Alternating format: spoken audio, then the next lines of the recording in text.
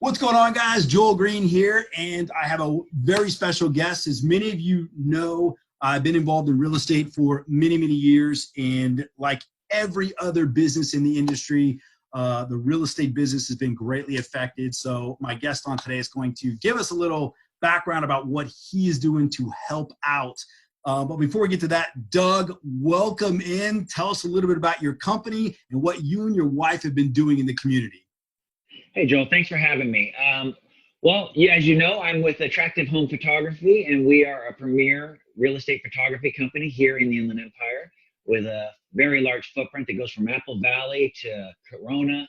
It goes from the 57 freeway to Banning, and we always like to say, we'll go to Hawaii if you'll pay for airfare and the travel fee. So as you mentioned, me and my wife have been trying to find ways to give back during this time. One of the things that we found out early on is the local food banks primarily got their workforce volunteered from senior citizens. And when this all happened, the challenge became they couldn't safely show up. And so they had to essentially close down the food banks. And then so what they did was they started these pop-up food banks around towns. I know there's 4 in Redlands. There's one just down off where the band parking lot used to be. There's another one where the old Kmart used to be. And they're in every city, so you can find them. And so they reached out to the local community and said, hey, we need help with food. We need help, and it's easy. Just pack 5 sack lunches a day.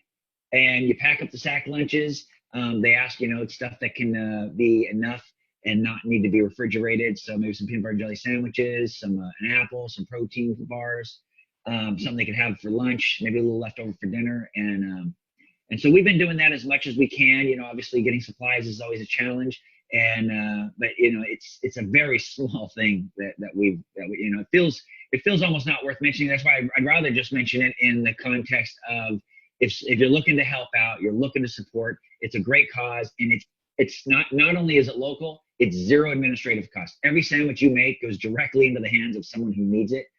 So most of these guys are serving 150 a day. People, and there's multiples around the country. Well, so.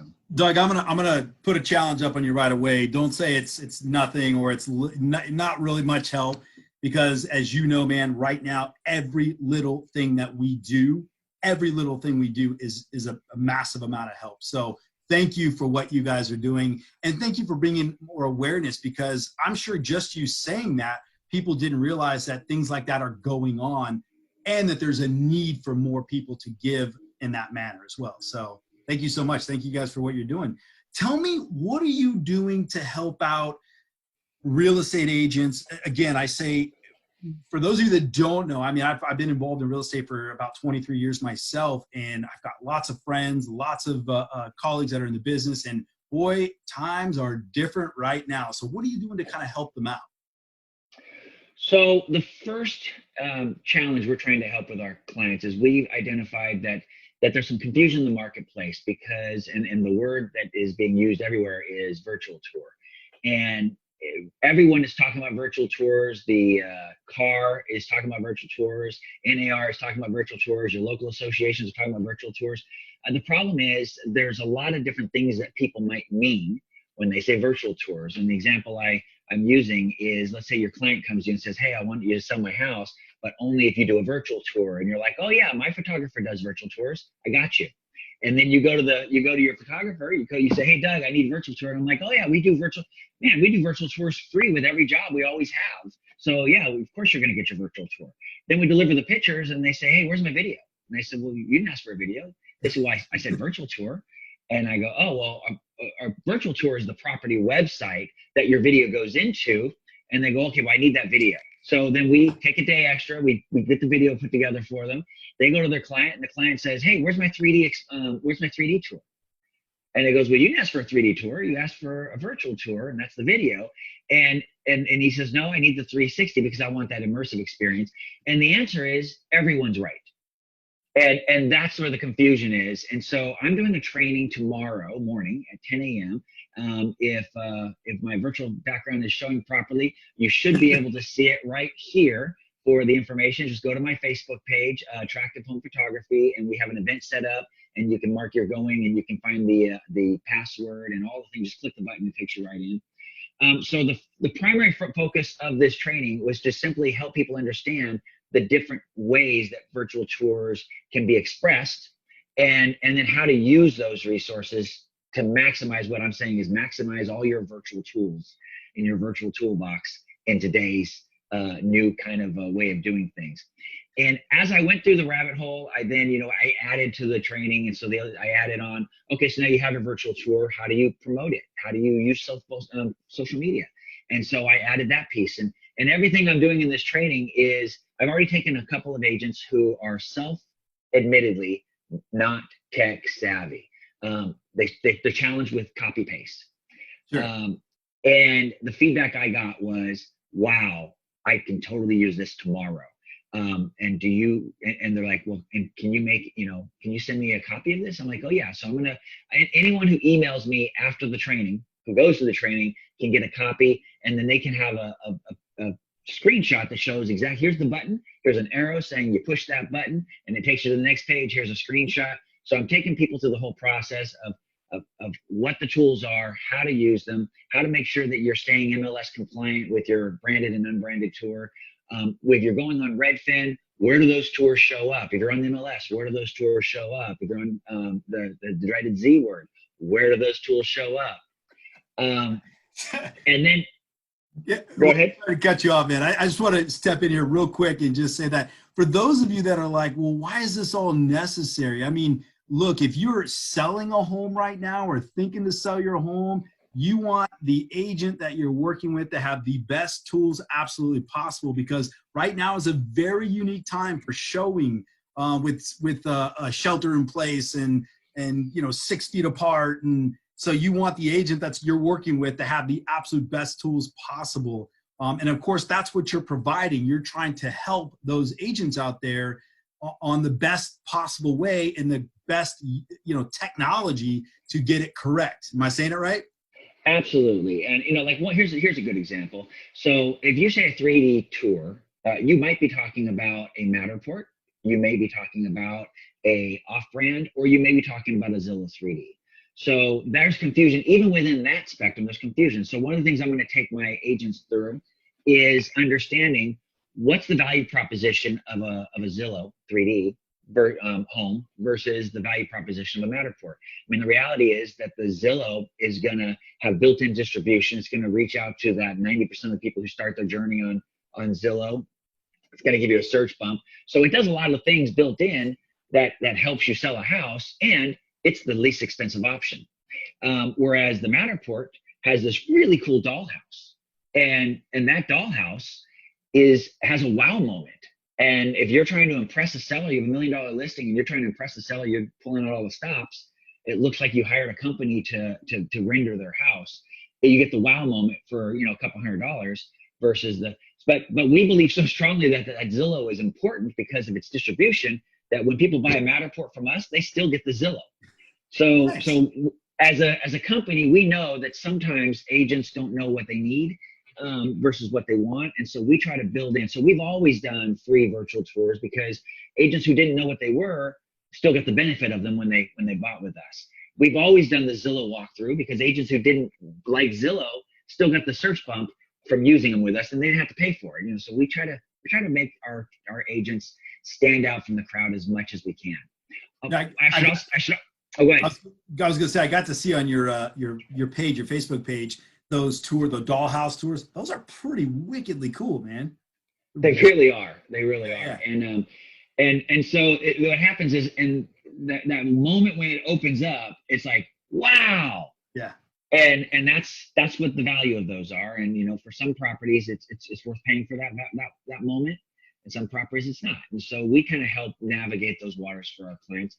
The other thing we learned through this whole process is there's a brand new concept in real estate that most real estate agents have never heard of because it didn't exist 2 weeks ago. When the whole lock-in place came down, one of the first responses that the MLS and CAR had was they took open houses completely off the MLS. So you couldn't even put it down because people were still trying to hold open houses and have people put out signs. And so they just took away the link. So they replaced it with virtual open houses. And so now a lot of agents are scratching their heads saying, well, what is that? How do I do it? So I'm going to try to demystify that in the training tomorrow and show people how they can use the Facebook Live as a way of promoting and even hosting a virtual open house, and also how to use Zoom in conjunction with Facebook Live to have a polished, very professional looking open house or virtual open house where they can have all the interactions they're used to having, but they don't have to bother the homeowners to go find a place to drive around and leave while they're doing it. So I'm excited. I'm hoping to have a big turnout tomorrow. Well, that's good. So it's tomorrow, May 1st at 10 a.m. Attractive Home Photography on Facebook. Guys, make sure you tune in. Doug, is there anything else that you can give, like, to having people prepare to hop on this with you? So nothing really you need to do to prepare. You don't even have to take notes because I'm an email away and you can get a full copy of the presentation. The one thing I would say, and this is something kind of a message to real estate agents, that there's a time and a place for everything. And right now, you have to understand the marketplace. Buyers don't want to go and look at 10 houses and find the one they fall in love with. They want to look at 1 or 2 houses. They want to narrow their list down online if they can, down to 1 house, and then go look at it. And if there's a deal breaker, they say, "Oh, I didn't realize there was a power line behind there. I don't want to live there." But we're still seeing our clients, and I'm hoping to do this by tomorrow. But I want to go in and see what percentage of the houses that we've photographed since the shutdown are actually in escrow. But every time I talk to our clients, they're like, "Oh, this one's in escrow, this one's in escrow." And all of my clients are saying the market's hot. So I can't speak for people who aren't our clients. So if your market is not hot and you're not seeing people come to your properties, I can tell you that I would say 95% of the real estate photography we've done in the last, since this happened, they've added at least the Zillow 3D home, or some people are adding the Matterport. And by making that available so a potential buyer can visualize the house before they show up, it's also great for your sellers, because now you're kind of, if someone doesn't love the layout, why go through the trouble of getting them into the house and then disinfecting when they leave? So it's a tool that you really should be doing. And if you're not doing it with us, make sure you're doing it with someone. And the last thing I'll say on the whole thing is I sold advertising from television during the Great Recession. And one of the things that my clients were successful through that time was a simple concept. And I think it's applicable now. And that is, when resources get tight, only the strong get to eat.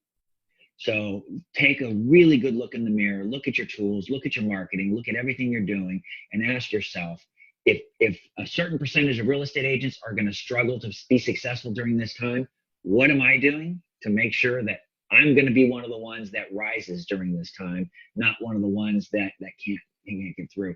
And it doesn't mean you have to use us, although I like to think that if you use us, it's gonna put you in that position.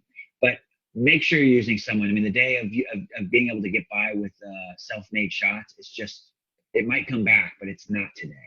Yeah. Well, Doug, I really appreciate your time. Thank you so much. And again, if there's any interest, please go to their website or their Facebook page, Attractive Home Photography. Tomorrow, May 1st, 10 a.m., you can sign up for the class, stand out in your markets. Doug, thank you so much again. I really appreciate you offering this up to those out there in this ever so unique climate we're in. Yeah, and thanks for everything you're doing, Joel. I mean, you're a great asset to the community. I appreciate that so much. Thank you, Doug. Have a good one.